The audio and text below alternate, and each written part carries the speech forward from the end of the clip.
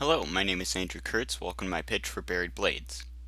Buried Blades is a fantasy-themed turn-based strategy game where the player takes control of master swordsmen capable of wielding weapons of legendary power and must effectively utilize their unique abilities in effort to regain control of their lands. Buried Blades has two different perspectives, the mission selection screen and the in-mission view. The mission selection screen is a 2D top-down map of the Isle separated into 8 sections. Each section is a mission that the player can undertake, with the 8th being the final boss mission. Once in mission, the perspective shifts to a 3D isometric view. The player is presented with a level populated by obstacles, enemies, and overlaid with a grid. Players decide what missions they wish to undertake, each with a different objective, from simple enemy elimination to rescuing another swordsmaster, unlocking them for future missions. They then assemble a team of swordsmaster and equip them as the player sees fit. Once in mission, the player strategically chooses each character's actions during their turn. There are 6 unique swordsmasters in Buried Blades: the high damage assassin, the well-armored knight, the ruthless mercenary, the calculating fencer, the sly pirate, and the strong barbarian. Each has 5 different stats, being health, defense, which dictates damage taken, strength or damage dealt, speed, and spirit, which function similar to most other games' mana.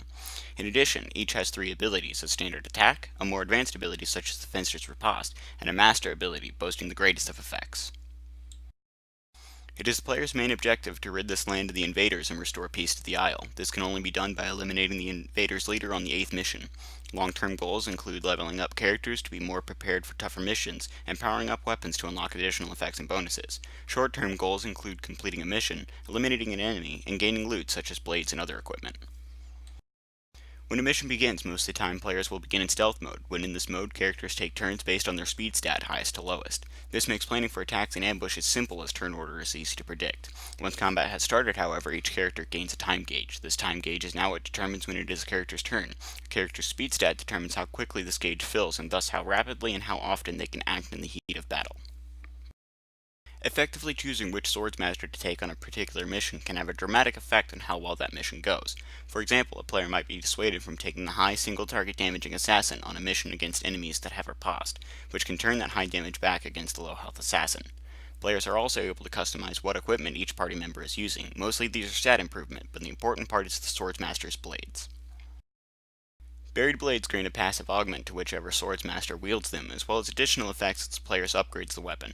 These augments open up new ways to play each swordsmaster and deal with certain missions. The effects of each blade varies greatly, from increased speed, lower ability cooldowns, to simply increased damage. There are 8 Buried Blades, each with 3 augments. However, only 2 can be active at a time. These are selected pre-mission. In the previous example, the assassin was a risky choice because the enemies in the mission have riposte. Suppose a player equips the Weeping Blade, which reduces ability damage but adds bleed damage. Now the assassin is at less risk of having a high damage attack be reflected, and can instead deal with riposte enemies with damage over time. Buried Blades shares similarities to a few titles on the market. It is similar to XCOM in that both have pre-mission team selection, grid-based movement, and share an invasion theme. However, XCOM has an established turn order, a difficult random number generator, base management, and range weaponry, while Buried Blades does not. Buried Blades can also be compared to Darkest Dungeon for much the same reasons. However, Darkest Dungeon has a 2D perspective, a particularly unique combat system which utilizes a difficult RNG, as well as base management.